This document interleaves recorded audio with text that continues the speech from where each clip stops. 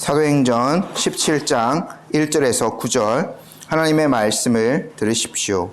그들이 암비볼리와 아볼로니아로 다녀가 데살로니가에 이르니 거기에 유대인의 회당이 있는지라 바울이 자기의 관례대로 그들에게로 들어가서 새 안식일에 성경을 가지고 강론하며 뜻을 풀어 그리스도가 해를 받고 죽은 자 가운데서 다시 살아나야 할 것을 증언하고 이르되 내가 너희에게 전하는 이 예수가 곧 그리스도라 하니 그 중에 어떤 사람 곧 경건한 헬라인의 큰 무리와 적지 않은 귀부인도 권함을 받고 바울과 실라를 따르나 그러나 유대인들은 시기하여 저자의 어떤 불량한 사람들을 데리고 때를 지어 성을 소동하게 하여 야손의 집에 침입하여 그들을 백성에게 끌어내려고 찾았으나 발견하지 못하매 야손과 및 형제들을 끌고 읍장들 앞에 가서 소리질러 이르되 천하를 어지럽게 하던 이 사람들이 여기도 이름에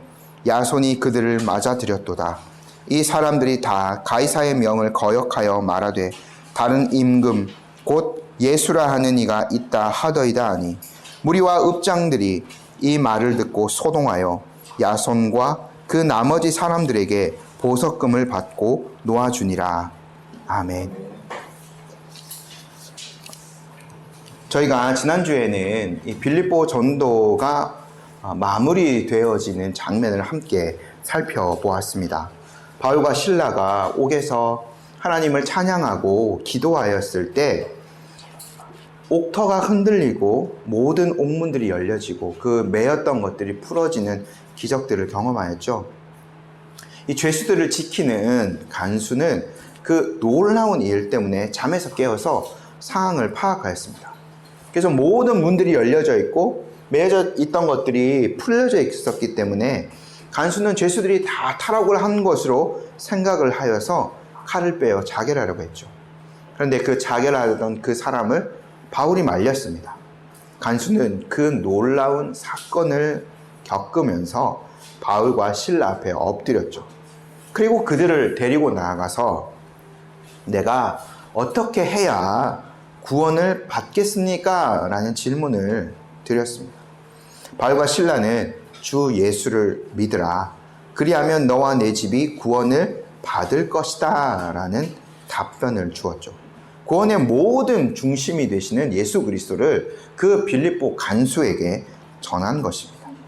빌립보 간수는 그 말을 믿어 예수님을 영접하였고 그의 집에 있는 모든 사람이 복음을 전해 듣고 온 가족이 다 세례를 받았습니다. 그 가족에게는 복음으로 말미암아 죽음이 아닌 생명이 그리고 슬픔이 아닌 기쁨이 넘쳐났죠.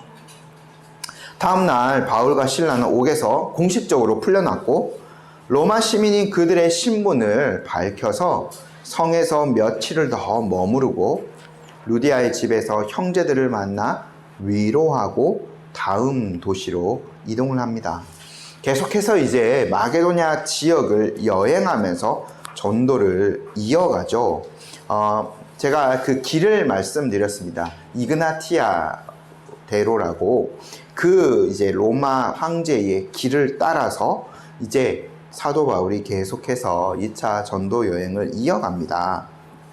근데 저희가 여기에서 한 가지 추측해 볼 게 있는데요. 빌립보와 이 데살로니가 전도의 사이에서 누가의 행적을 한번 좀 추적해 볼 필요가 있겠습니다.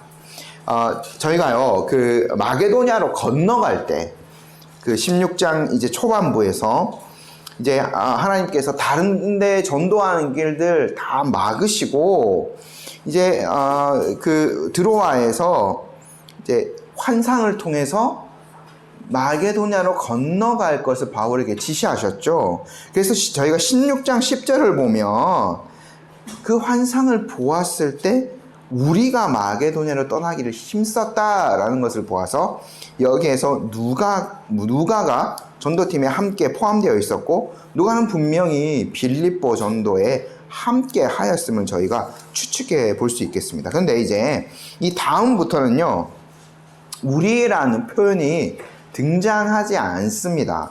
그리고 다시 우리라는 표현이 언제 등장하자면 20장 6절에 가서요. 사도행전 한 몇 년 후죠. 거기에서 이제 20장 6절에 우리는 무교절 후에 빌립보에서 배로 떠나서 닷새 만에 드로아에 있는 그들에게 가서 1회를 머무르리나 라는 말이 있죠.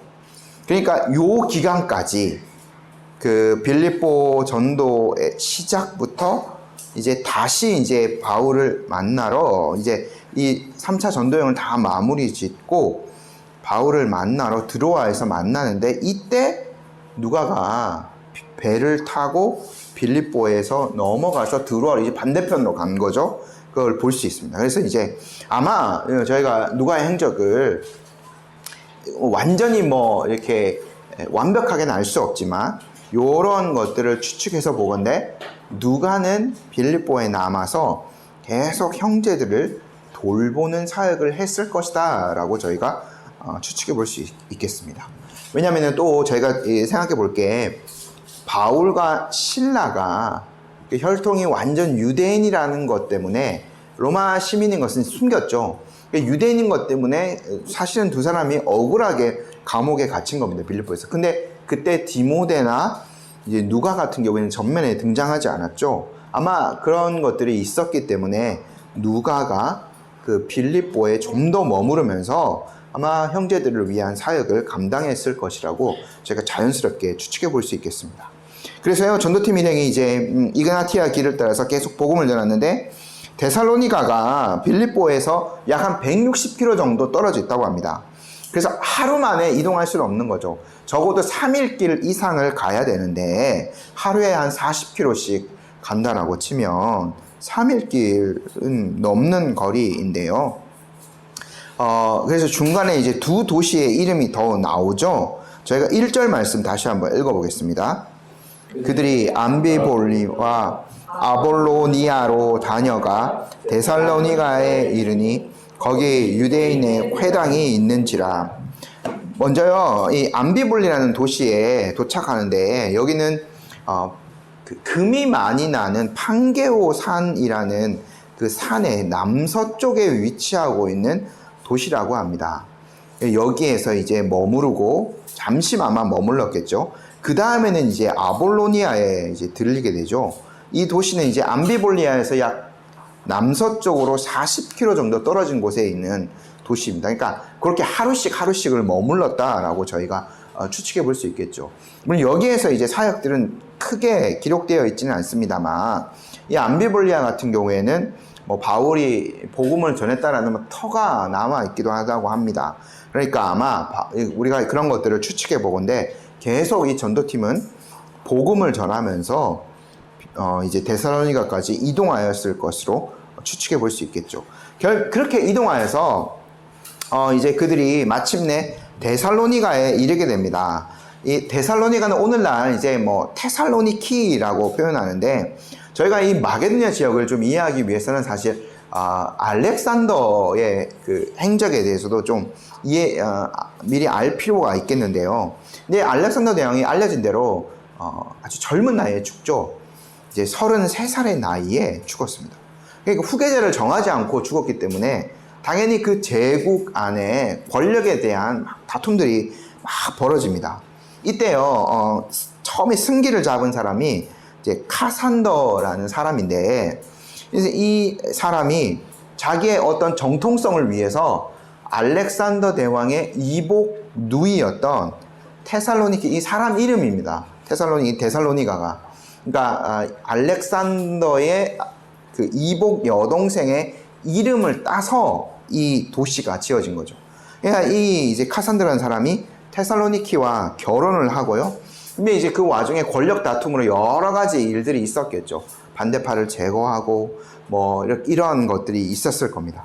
그렇게 해서 이제 그것들을 좀 무마하기 위해서 이제 마게도냐에서 에게해로 진출하는 항구 도시를 좀 이렇게 인위적으로 건설을 하게 되는데, 그렇게 도시를 만들고 난 다음에 자신의 부인이자 알렉산더 대왕의 이복 동생이었던 테살로니키의 이름을 붙여서 그 도시의 이름을 그렇게 이제 짓게 되었죠.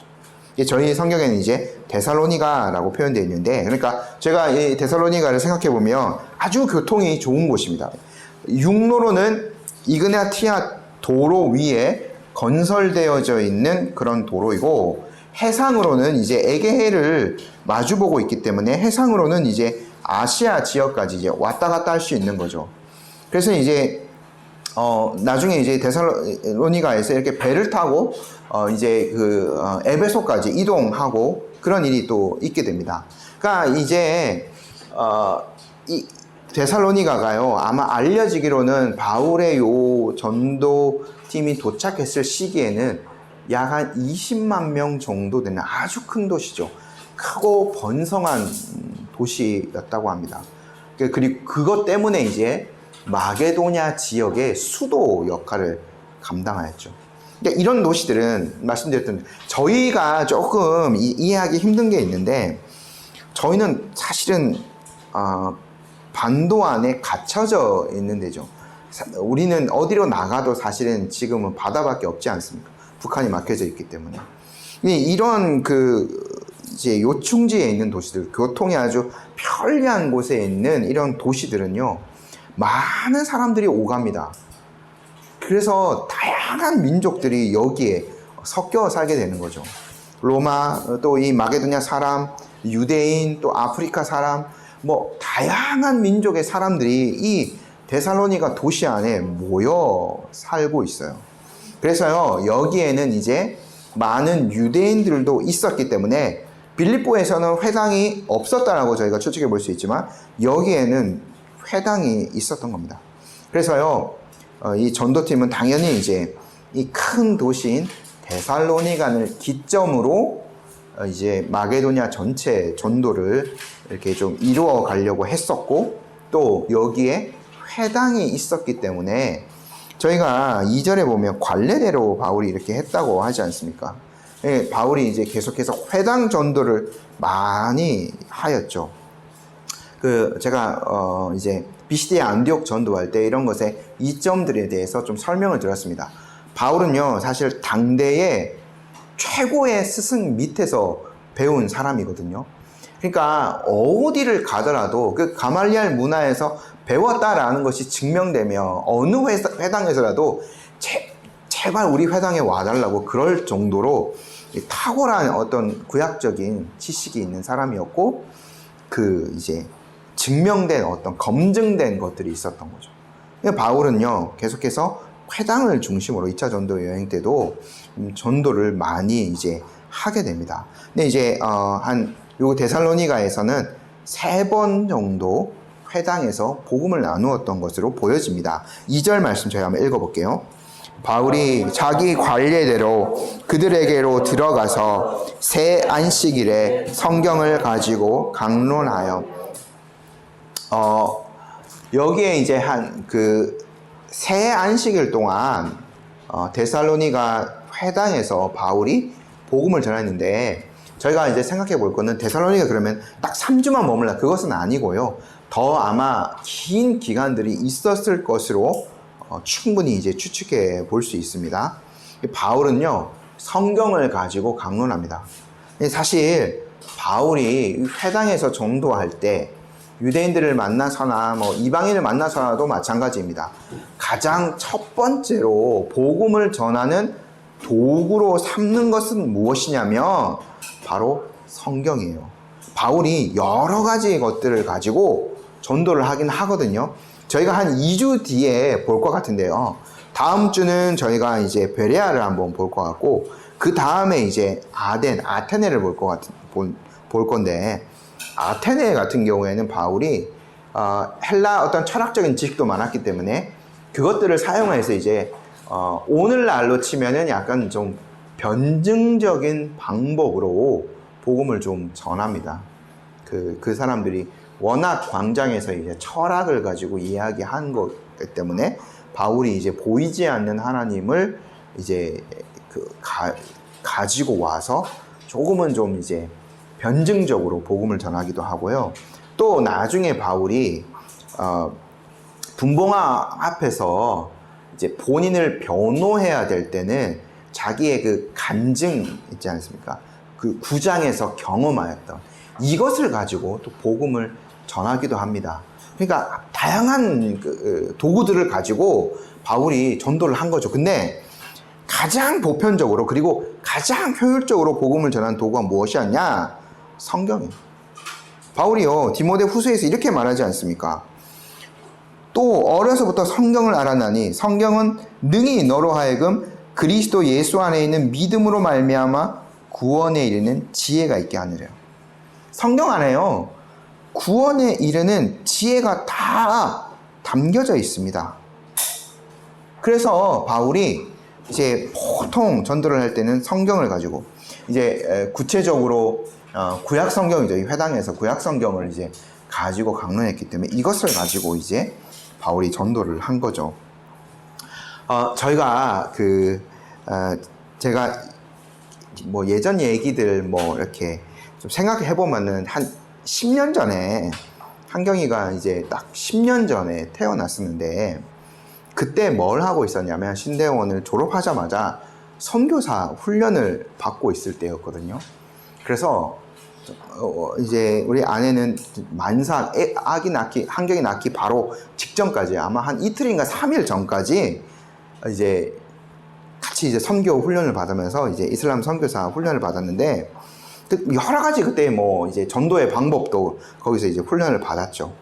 근데요, 뭐 지금은 뭐 기억에서 뭐 많이 이제 그런 것들이 사라졌습니다만 이제 그 여러 가지 전도의 방법들, 특별히 이제 이슬람교를 믿는 무슬림을 만날 때 전도의 방법들에 대해서 여러 가지 도구들을 이제 배우기도 했는데 사실 제일 중요한 뭐 관계 전도에서 뭐 관계를 쌓고 또 어떤 방법들을 이용해서 뭐 노상에서 전도도 하고 이런 것들을 이용해서 가장 중요한 것은 뭐냐면 전도의 대상자인 무슬림이 쿠란이 아니고 성경을 읽게 만드는 거예요. 그래서 그 사람이 성경 안에서 예수 그리스도가 어떠한 분이신지를 알아가게 하는 것이 가장 효율적인 전도의 방법이고 가장 많은 열매를 거둔 것이었거든요. 사도 바울이 말씀하셨던 대로 이 성경은요 그리스도 예수 안에 믿음으로 말미암아 구원에 이르는 지혜가 다 담겨져 있습니다. 그래서 이제 사실은 어떤 것들을 통해서 어떤 전도의 방법을 통해서 그 사람이 성경 말씀을 듣고 그 안에서 믿음을 가지고 그리스도를 발견할 수 있도록 하는 거죠. 우리 개인적으로 전도할 때도 그렇고요. 교회에 누군가를 데려왔다. 좋은 전도죠. 근데 그걸로 끝이 아니라 교회에서 지속적으로 하나님의 말씀을 가르치고 강단에서 성경을 잘 풀어서 가르치고 또 이제 성경 공부를 통해서 그 사람이 이 성경 안에서 그리스도를 믿을 수 있도록 계속 가르치는 것들이 필요한 거죠.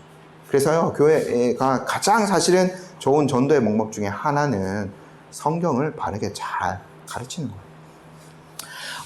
바울이에요. 이 회당에서의 그 전파한 내용은 여기 지금 데살로니가 전도에서는 굉장히 짧게 기록되어져 있습니다. 근데 저희가 거의 아마 동일합니다. 설교의 내용들은요. 그래서 저희가 그 내용들을 비시디아 안디옥 회당에서 전도할 때 그게 사도행전 13장 16절에서 40 나중에 한번 찾아 읽어보십시오.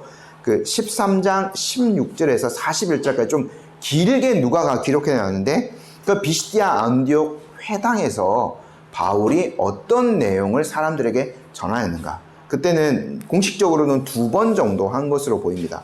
한 번 전했고 그 말씀을 들은 사람들이 반응이 있어서 다음에도 와달라 했던 것을 보아서 비시디아 안디옥에서는 최소 2번 정도 회당에서 복음을 전한 것으로 보여지는데 그 내용들은 좀 길게 이제 되어 있고요. 그게 이제 반복해서 기록할 필요가 없기 때문에 짧게 이제 데살로니가 회당에서 전한 말씀은 기록되어져 있는데 사실은 거의 동일하다라고 볼 수 있습니다. 그것은 이제 그리스도의 고난과 죽음과 부활이죠. 구약 성경을 통해서 이것들을 이제 증언한 겁니다. 3절 말씀 저희 한번 읽어볼게요. 뜻을 풀어 그리스도가 해를 받고 죽은 자 가운데서 다시 살아나야 할 것을 증언하고 이르되 내가 너희에게 전하는 이 예수가 곧 그리스도라 하니. 여기 안에는요, 저희가 나중에 뭐 뒤에 보고 4절 말씀 통해서 보면 회당 안에는 혈통적인 유대인, 그리고 경건한 그런 이방인들, 그러니까 유대교로 개종했거나 유대교에 많은 관심이 있어서 이제 그게 둘러서 이제, 그러니까 회당 예배에 구경꾼이라 하긴 그렇지만 거기에 이제 주변에 있었던 어떤 사람들이 많이 있었던 것으로 보여집니다. 매주 하나님의 말씀을 듣는 사람들인 거죠. 구약 성경을 듣는 사람이고, 그 사람들은 아마 오실 메시아 그분에 대해서 이야기를 많이 들었을 겁니다. 저희가 이제 앞전에 그 에디오피아 간다게의 국고를 맡은 네시를 생각해 보면 그 사람이 이제 이사야 53장을 보고 있었는데 그 뜻을 잘 몰랐죠.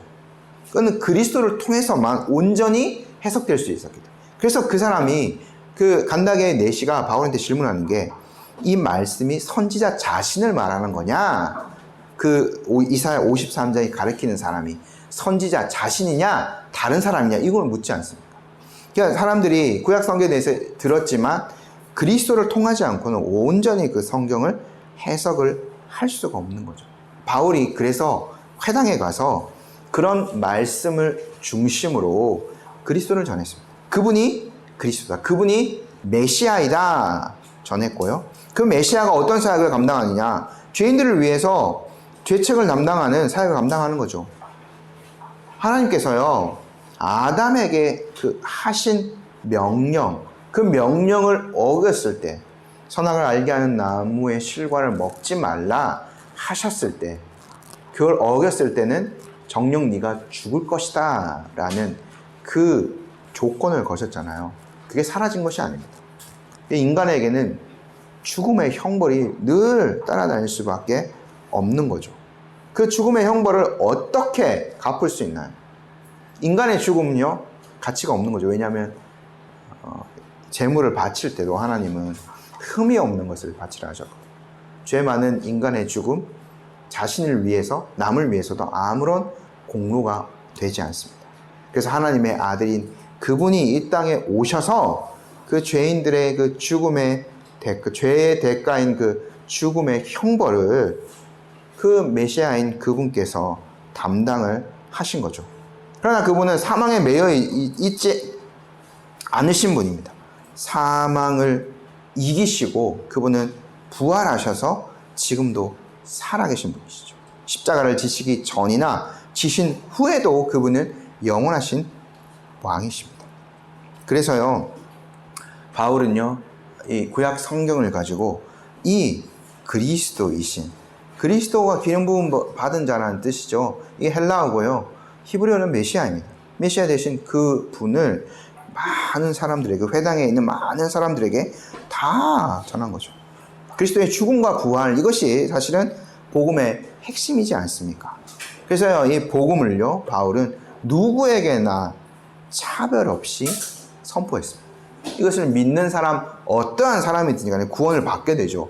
그래서요, 지금 이 데살로니가 회당 안에서 이러한 복음이 선포되자 3차례 정도 선포되었을 때 그곳에 놀라운 반응들이 있게 됩니다. 저희가 4절 말씀 같이 한번 읽어볼게요. 그 중에 어떤 사람 곧 경건한 헬라인의 큰 무리와 적지 않은 귀부인도 권함을 받고 바울과 실라를 따르나. 회당에서요, 전도하였는데 반응은 이방인들이 더 좋은 반응들을 보였던 것 같아요. 그래서 경건한 헬라인이라는 것은 아마 유대교에 입교하거나 유대교에 관심이 많은 사람이라고 제가 말씀드렸죠. 이 사람들은요, 관심만 있었을 뿐 아니라 아마 유대교의 예법에 따라서 살아가던 사람이었을 것으로 추측해 볼 수 있습니다. 이게 아니었으면 경건한이라는 수식어가 붙을 수 없거든요. 그래서 이 사람들은요, 유대교 예법을 지키면서 당시 많은 사람들이 빠져 있었던 어떤 헬라적인 그 우상 숭배라던가 미신 같은 것들, 저희 점쟁이들 지금 사도행전 안에서 얼마나 많이 이제 나왔나요? 바로 이전에 빌립보에서도 그 것들이 있지 않았습니까? 그 점쟁이 때문에 주인이 엄청난 부자가 될 정도로 사람들이 이 미신, 우상숭배 이런 것들에 빠져서 살아가고 있었죠. 근데 이 경건한 사람들은요, 아마 이러한 것들은 하지 않았을 것으로 보여집니다. 그러나 결코 그 경건한 삶 가지고는 구원을 받을 수 없습니다. 그것 자체가요, 구원을 보장해 주지는 않아요. 우리가 누굴 통해서 알 수 있냐면 나다나엘이요. 예수님이 처음에 요한복음 1장에 나다나엘이 나오잖아요. 나다나엘 처음 만났을 때 예수님이 나다나엘한테 이런 말씀 하시잖아요. 예수께서 나다나엘이 자기에게 오는 것을 보시고 그를 가리켜 이르되 보라 이는 참으로 이스라엘 사람이라 그 속에 간사한 것이 없도다 라고 예수님이 나다나엘에게 말씀하시거든요. 참 이스라엘 사람, 간사한 것이 없는 아주 경건한 사람이라고 예수님이 그 사람의 삶을 칭찬해 주셨어요. 먼저. 근데요, 이것이 구원의 충분한 조건이 되는 것은 아니죠. 나다나엘이 이제 예수님의 어떤 능력을 확인하고 예수님과의 어떤 극적인 만남을 통해서 나다나엘이 그 다음에 이제 바로 예수님과의 만남 이후에 뭐라고 고백하냐면 요한복음 제가 1장 49, 50절 읽어드릴게요.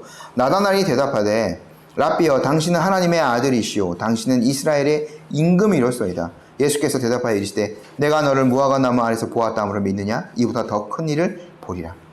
이 나다나엘이요, 그분을 만나고 그리스도를 만나고 하나님의 아들 이스라엘의 왕 되신 분으로 고백하거든요. 이러한 것이 사실은 온전한 구원의 충분한 조건이 되는 거죠. 이게 참 믿음입니다. 유대교의 어떤 경건한 예법 안에서 그것들을 지키고 산다? 결코 구원의 충분한 조건은 되지 못합니다. 우리도 어떤 종교적인 삶을 잘 살고 있다. 이것이 우리 구원의 충분한 조건은 되지 못해요. 그리스도에 대한 올바른 고백과 신앙이 있어야 돼요. 이것이 어떻게 일어나느냐? 저희가 오늘 오후에 이제 유효한 부르심에 대해서, 효과적인 어떤 효력 있는 부르심에 대해서 살펴볼 텐데, 성령의 역사입니다. 그것은 바울이요 이렇게 회당에서 복음을 전하는 것, 예수가 곧 그리스도다라고 외치는, 이것은 그냥 일반적인 어떤 선포들, 외침들은 모든 사람들에게 다 전해질 수 있어요. 귀가 있는 사람들이라면, 아니면은 귀가 닫혀 있으면 이 문자를 통해서라도 예수가 그리스도다라는 것은 모든 사람들에게 보편적으로 전달되어질 수 있는 진리예요. 근데 그 중에서 이 진리를 믿고 진정으로 하나님 앞에 나와서 예수가 그리스도이다, 나다나엘처럼 하나님의 아들이시고 당신은 이스라엘의 임금이시다 라고 고백하는 사람은 사실 소수이죠. 근데 그 차이가 무엇인가? 성령의 역사하심인 거죠. 이 효력 있는 부르심, 그래서 효력이 그냥 일반적인 부르심이 아니라 효력 있는 부르심이라고 저희가 이제 어떤 교리적인 용어를 붙인 거죠. 성령께서 역사하신 겁니다. 그래서요, 우리가 아까 전도에 대해서 말씀드렸지만 성경 말씀을 가르치는 것, 보편적으로 이러한 것들이 있어야 되고요. 또 뭐냐면 이 말씀의 가르침을 통해서 하나님의 능력이 듣는 사람, 전달받는 사람에게 나타날 수 있도록 이 성령의 능력을 위해서 간절히 이제 구해야 되는 마음으로 기도해야 되는 것들이 필요한 거죠. 이러한 것들이 필요합니다. 우리 자녀들에게도 말씀을 부지런히 가르치고 또 이 자녀들이 하나님의 말씀을 듣고 회심하도록 그들을 위해서 간절하게 기도하는 것들이 이제 필요한 거죠. 그래서요, 이 많은 사람들이 이제 하나님 앞에 나오게 됩니다. 좀 독특한 사람들이 있습니다. 헬라인의 큰 무리가 오고요, 적지 않은 귀부인도 믿음을 갖게 되었다라고 이제 하는데, 우리가 여기서 한번 생각해 볼 거는 이 데살로니가가 주전 한 42년경에 빌립보 부근에서 싸움이 있었는데, 그때 이제 이거는 권력 다툼의 어떤 싸움이어서 옥타비아누스에게 이제 가담했는데, 나중에 이제 그 사람이 이제 황제가 되죠. 그 공로 때문에 이 데살로니가 지역에 있는, 데살로니가는요, 그 자유시의 특권을 누릴 수 있게 되었어요. 어느 정도 이제 자치를 할 수 있는 그 권한을 부여받은 거죠. 그래서 이 성 안에요, 귀족들이 유력한 자들도 많이 있었습니다. 근데 그 사람들의 부인, 귀부인들도 신앙을 갖게 된 거죠. 참으로 놀라운 일이죠. 근데 저희가 이 그 마게도냐, 물론 다른 어떤 전도의 사도행전 전체를 보더라도 하나님께서 참 그 여성들에게 많은 은혜를 주셔서 그들이 이제 하나님 앞으로 그리스도께로 나오는 것들 많이 보았고, 특별히 지금 마게도냐를 보면 빌립보 같은 경우에는 루디아로부터 시작되지 않습니까? 여성이었죠. 그리고 이 지금 데살로니가도 많은 그 귀부인들이 하나님 앞에 나온 것들을 보게 되죠. 수많은 이 초대교회 안에 수많은 여성들이 있었고, 초대교회가 이런 분들의 수고로 세워졌던 것들을 저희가 이제 보게 됩니다. 그래서요, 저희가 이 복음의 어떤 보편성들을 계속 볼 수 있습니다. 많은 사람들, 다양한 계층들의 복음이 전해지고 있는 거죠. 근데 하나님께서 이 데살로니가에 은혜를 주셔서 많은 사람들을 부르고 세우셨어요. 나중에 보면 뭐 데마라든가 아리스다고, 가이오, 세군도 나중에 이제 사도행전에 등장하는 이름입니다. 뭐 데마 같은 경우에는 디모데후서에 좀 좋지 않게 세상을 향해서 나갔다라고 좀 나오기도 하지만, 이런 사람들이 다 이제 데살로니가 출신들이거든요. 이방인들이었어요. 전에는 예수 그리스도의 복음을 들어본 적이 없는 자들이었어요. 근데 바울의 이 몇 번의 어떤 공적인 전도팀의 사역들, 이것들을 통해서 복음을 듣고 회심하게 된 거죠.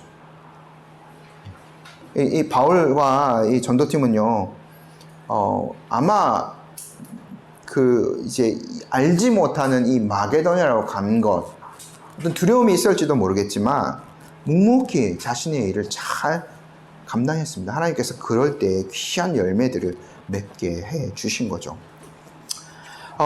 근데요, 여기서도 유대인들은요, 이런 모습을 보고 가만히 있지 않습니다. 그러니까 지금 4절 마지막 부분을 보면 권함을 받고 바울과 실라를 따르나 라고 되어 있죠. 근데 이거 보면 이렇게 되면 이게 완전히 그 회당과의 관계를 단절했다, 뭐 이렇게 보기는 좀 어려울 수도 있겠지만, 그러나 이제는 회당에서의 모임이라던가 회당에서의 그냥 구약적인 가르침, 그리고 어떤 유대교의 예법을 지키는 이런 것들에서 어떻게 보면 이제 개종을 해서 거기와는 거리를 이제 두게 되는 거거든요. 그러니까 유대인들의 입장에서는 저 사람들은 이제 우리를 배반하였다, 그러니까 그 민족을 배반하였다, 이렇게 이제 여길 수도 있는 거죠. 그래서요, 이 사람들은 그것들을 이제 그 질투심에서 이게 이 바울과 그 전도팀을 가만히 이제 둘 수가 없는 거예요. 그래서요, 여기 지금 데살로니가에서도 아주 괴팍한 소동을 일으킵니다. 지금 저희가 계속해서 보고 있는데, 1차 전도행 때도 많이 봤는데, 유대인들은요, 단순히 그냥 이것들을 조용하게 해결하지 않고 계속 문제를 크게 만들어요. 지금 데살로니가에서도 아주 괴팍하게 지금 문제를 이제 꼬아서 이제 더 크게 만들거든요. 5절 말씀 저희 한번 읽어볼게요. 그러나 유대인들은 시기하여 저들의 어떤 불량한 사람들을 데리고 때를 지어 싸움을 수송하게 하여 야손의 집에 침입하여 그들을 백성에게 끌어내려고 찾았습니다. 그러니까 이 유대인들은요, 그 사람들을 대적하기 위해서 불량배를 동원하는 겁니다. 참 좋지 않은 행동이죠. 오늘날로 치면 뭐 거의 조직폭력배급의 사람들을 끌어들여가지고 전도팀의 그 사람들을 찾는 거예요. 그래서 이 전도팀이 야손이라는 사람의 집에 머물고 있었던 것으로 이제 추정해 볼 수 있는데, 그 집을 이제 들이닥쳐서 끌어내려고 하는 거죠. 근데 저희가 10절 말씀 보면, 밤에 형제들이 바울과 실라를 배려하러 보냈다라고 보면, 이게 지금 이 형제들이 미리 이것을 안 겁니다. 근데 지금 이 불량한 사람들이 끼어 있기 때문에 이 자칫하면 정말 목숨이 위협할 수 있는 상황이었기 때문에 바울이 어떤 때는 도망가기도 하고 어떤 때는 그 박해 때문에 더 머무르기도 하고 이런 것들이 있었잖아요. 근데 여기에서는 이제 도망가는 것을 택한 것 같습니다. 그래서 야손의 집에서 미리 이제 도망을 간 거죠. 그렇게 해서 이제 찾지는 못했습니다. 근데요, 이 유대인들은요, 사실은 이거는 유대인 종교적인 문제라고 볼 수 있습니다. 이 문제 해결하려면 뭐 이렇게 서로 대화를 한다든가 토론한다든가 유대인의 그 어떻게 보면 커뮤니티 안에서 해결해야 되는 문제예요. 근데 지금까지 계속 보면 유대인들은요, 이런 문제들을 아주 크게 이제 확대를 시킵니다.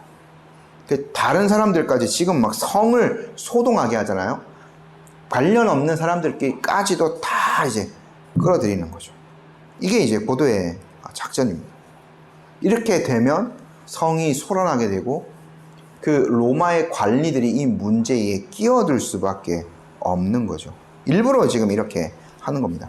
그래서 그들이 평화를 깨뜨리고, 지금 평화를 깨뜨린 사람은 이 유대인들인데, 그거를 이제 자신들이 소동을 벌여놓고 바울을 비롯한 전도팀의 그것들을 뒤집어 씌워서 이제 그들을 처리해 보려고 하는 거죠. 근데요, 이 야손의 집에 들어갔는데 이미 뭐 형제들이 손을 썼기 때문에 바울과 실라를 발견하지 못하죠. 그래서 아마 많이 화가 났을 겁니다. 집주인은 야손을 데리고 이제 재판관 앞에 갑니다. 6절 7절 말씀 저희 한번 읽어볼게요.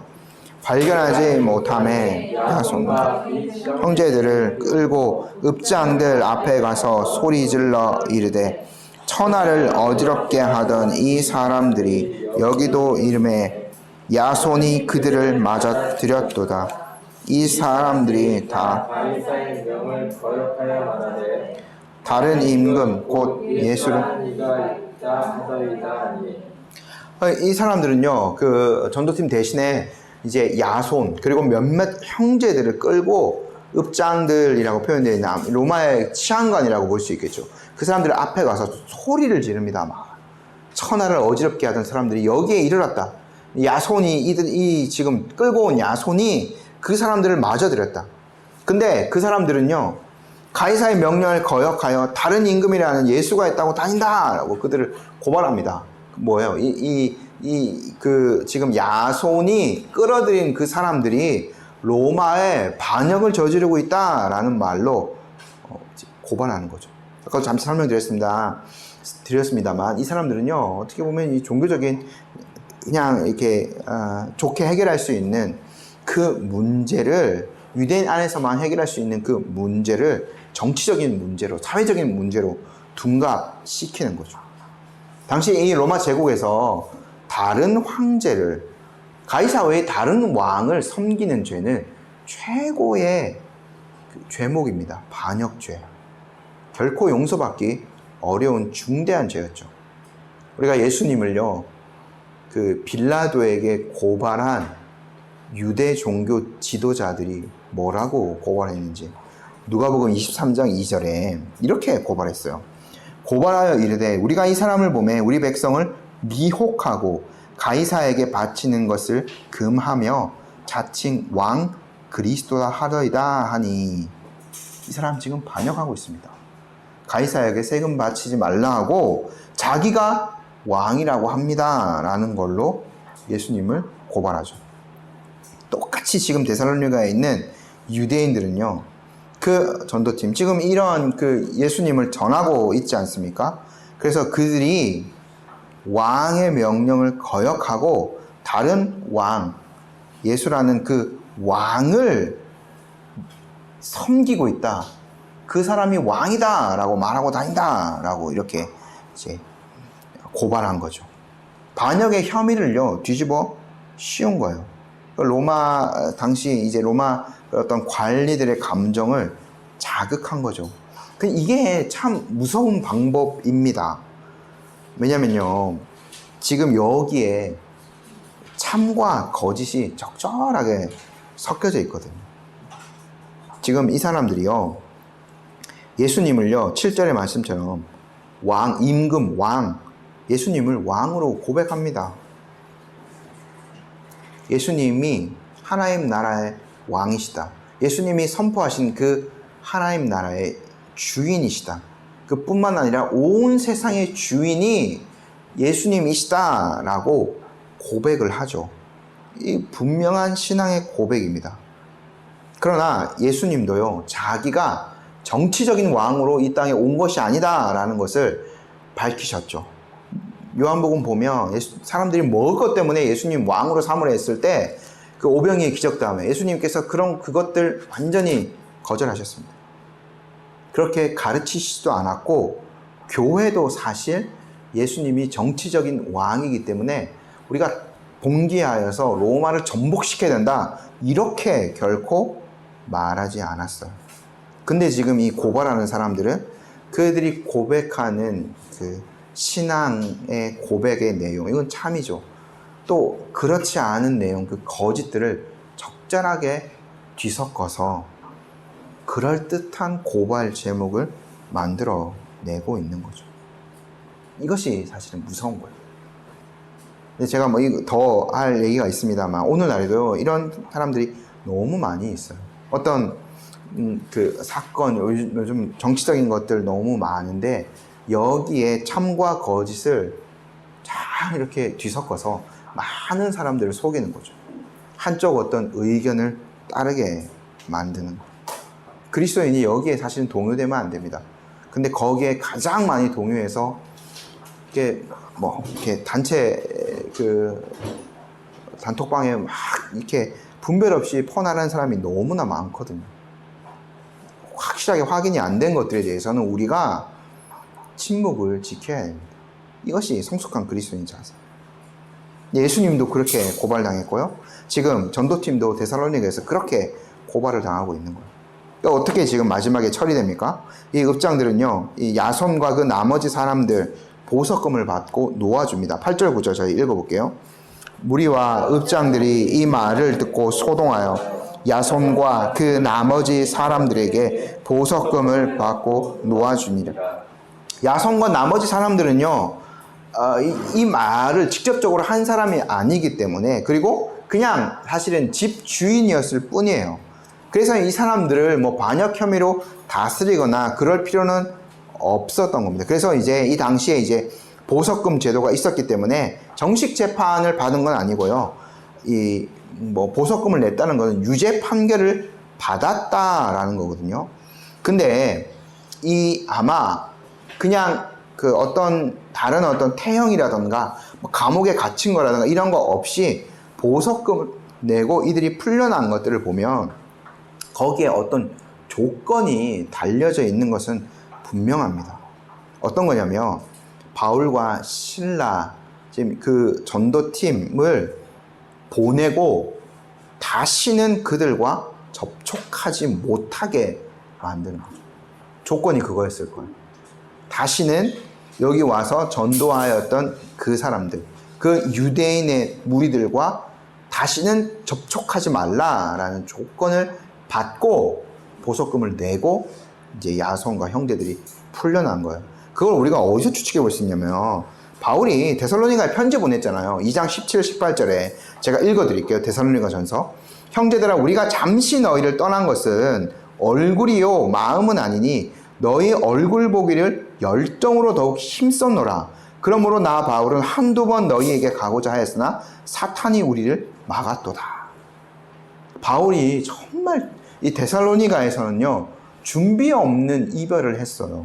빌립보에서 채찍에 맞고 더 심한 고난 받았는데, 빌립보에서는 내가 로마 시민이다, 이거 얘기해서 정당하게 풀려나고 며칠의 시간을 얻은 다음에 다시 루디아의 집에 가서 형제들을 돌보고 다 이제 마무리를 하고 떠나온 거죠. 근데 데살로니가에서는 그러지 못했어요. 그러니까 준비 없는 이별을 한 거죠. 바울이 이 안타까움을 데살로니가에서 표현했는데, 그래서 다시 가고 싶었어요. 근데 뭐요? 사탄이 막았도다라고 표현해요. 아마 이런 법적인 금지령, 접촉 금지령이라고 볼 수 있겠죠. 이것을요, 사탄의 방해로 표현하는 듯 합니다. 그래서 그 교묘한 회방책 때문에 데살로니가 교회의 형제들과 바울의 재회가 이제 완전히 가로막혀 버리게 된 거죠. 근데 저희가 이렇게 좀 어려운 상황 가운데 세워진 이 데살로니가 교회가요, 참으로 어느 교회보다 건강하게 잘 세워져 가는 교회였다는 것은 데살로니가 전설을 통해서 충분히 저희가 볼 수 있습니다. 바울이 이렇게 이제 수레해요. 데살로니가 전서 2장 2절에 너희가 아는 바와 같이 우리가 먼저 빌립보에서 고난과 능력을 당하였으나 우리 하나님을 힘입어 많은 싸움 중에 하나님의 복음을 너희에게 전하였노라. 정말 어려운 상황 가운데 빌립보에서 고난과 능력을 당하고 사역지를 이제 데살로니가 옮겨서 많은 싸움 중에 그들에게 복음을 전하였죠. 바울이 이런 표현도 합니다. 데살로니가전서 2장 9절에요. 형제들아, 우리의 수고와 애쓴 것을 너희가 기억하리니 너희 아무에게도 폐를 끼치지 아니하려고 밤낮으로 일하면서 너희에게 하나님의 복음을 전하였노라. 바울이 저희가 잘 알다시피 그 텐트 메이킹, 장막 치는 일을 했잖아요. 그래서 이 폐를 끼치지 않기 위해서 일도 하고 복음도 전하고 정말 2배로 수고하면서 데살로니가에서 사역을 했어요. 근데 그 데살로니가 교회는 어떠한 상황이 있었냐면 바울과 실라가 고난을 받았던 것처럼 데살로니가 교회도 고난을 많이 받았던 것으로 보입니다. 지금 상황이, 도시 상황 전체 상황이 이래요. 근데 바울이 이렇게 표현합니다. 데살로니가전서 2장 14절입니다. 형제들아, 너희가 그리스도 예수 안에서 유대에 있는 하나님의 교회들을 본받은 자가 되었으니 그들이 유대인들에게 고난을 받은 것 같이 너희도 너희 동족에게서 동일한 고난을 받았느니. 데살로니가 교회도요, 주변의 많은 사람들로부터 고난을 받았어요. 믿음 때문에 박해를 받은 거죠. 어려운 중에 그들에게 복음이 전달되어졌고 바울이 수고와 애씀으로써 이 데살로니가에서 복음을 전하였고 데살로니가 교회도 많은 어려움들을 겪었습니다. 근데 어떻게 됐어요? 제가 이건 좀 읽어드릴게요. 데살로니가에서 1장 아마 펴셔도 됩니다. 1장 6절에서 10절입니다. 근데 그런 와중에 세워진 이 데살로니가 교회는요, 제가 한번 읽어드리겠습니다. 데살로니가전서 1장 6절에서 10절. 또 너희는 많은 환난 가운데 성령의 기쁨으로 말씀을 받아 우리와 주를 본받는 자가 되었으니 그러므로 너희가 마게도냐와 아가야에 있는 모든 믿는 자의 본이 되었느니라. 주의 말씀이 너희에게로부터 마게도냐와 아가야에 들릴 뿐 아니라 하나님을 향하는 너희 믿음의 소문이 각처에 퍼졌으므로 우리는 아무 말도 할 것이 없노라. 그들이 우리에 대하여 스스로 말하기를 우리가 어떻게 너희 가운데 들어갔는지와 너희가 어떻게 우상을 버리고 하나님께로 돌아와서 살아계시고 참되신 하나님을 섬기는지와 또 죽은 자들 가운데서 다시 살리신 그의 아들이 하늘로부터 강림하실 것을 너희가 어떻게 기다리는지를 말하니 이는 장래의 노하심에서 우리를 건지시는 예수시니라. 모든 마게도냐 교회에 모범이 될 만한 교회로 성장했어요. 바울이요 8절에서요 너희 그 믿음의 소문이 각처에 퍼졌기 때문에 우리가 아무 말도 더할 것이 없다라고 말할 정도로 이 데살로니가 교회가 아주 모범적이고 건강한 교회로 성장하였던 거죠. 한 가지 문제가 있긴 있었죠. 너무 주님의 재림을 사모해서 일 안 하는 사람이 있는 거. 네, 그거 외에는 정말 칭찬받고 다른 모든 전체 교회, 마게도냐뿐만 아니라 바울의 표현을 보면 마게도냐뿐만 아니라 그 당시에 전체 모든 교회의 모범이 될 만한 교회로 데살로니가 교회가 성장했어요. 무엇이 데살로니가 교회를 이렇게 건강하고 좋은 교회를 성장하게 만들었냐? 사실은 고난인 거죠. 그들에게 있었던 이 고난이 더 그들의 믿음을 잘 이렇게 연단하여서 좋은 교회로 성장하게 만든 거예요. 오늘날 사실은 우리 교회들이요, 박해 때문에 지금 어려움을 겪는 것은 아니죠. 그러나 사실 우리 이 교회가요, 너무나 건강함을 잃어버리고 어떻게 보면 그 비만에 걸린 사람처럼 각종 성인병에 걸린 사람처럼 보이기도 합니다. 오늘날 한국 교회의 모습들이, 그것은 교회가 뭐 부족해서가 아니라 이런 사실은 이제는 고난을 잃어버린 거죠. 복음의 어떤 순수성들을 잃어버린 거죠. 그렇다고 해서 우리가 뭐 나가서 우리에게 고난을 주십시오 이렇게 할 수는 없는 거죠. 근데 고난이 언제 사실 다가오냐면 이렇게 복음을 전할 때요. 이게 사실은 영적인 전쟁인 거죠. 세상과 부딪히는 거죠. 가장 부딪히는. 우리가 정말 순수하게 주님의 복음을 교회 안에서 나누고 또 세상 사람들에게 하나님의 복음을 나눌 때 교회에는 어느 정도의 박해가 있을 수밖에 없어요. 성도들도 마찬가지고. 세상 사람들과 그냥 살아가면, 딱 그냥 경계를 나누어서 살아가면 우리 믿는 사람들 안에서, 물론 우리 안에서 다툼도 좀 있겠지만, 그러나 어떤 그런 고난들은 뭐 크게 겪지 않을 수 있겠죠. 그러나 그것이 우리를 건강하게 해주는 것은 아닙니다. 우리가 정말 순수하게 복음을 나누고 세상 사람들과 우리 개인적으로도 부딪히고 이렇게 함으로써 우리도 깎여지는 거고, 그렇게 함으로써 주님의 그 복음의 은혜가 더 잘 드러날 수 있게 될 거죠. 이러한 은혜가 우리 지금 교회 안에는 많이 필요한 시기가 되었습니다. 그래서 이러한 교회가 되도록 저희가 이제 노력해야겠고, 아까 말씀드렸지만 말씀을 나누는 것과 동시에 그 주님의 말씀이 효력 있게 각 사람에게 역사하기 위해서는 또 많은 기도가 필요하거든요. 그런 것들을 회복할 수 있는 저희들이 되어야 되겠습니다. 잠시 기도하겠습니다. 하나님 아버지,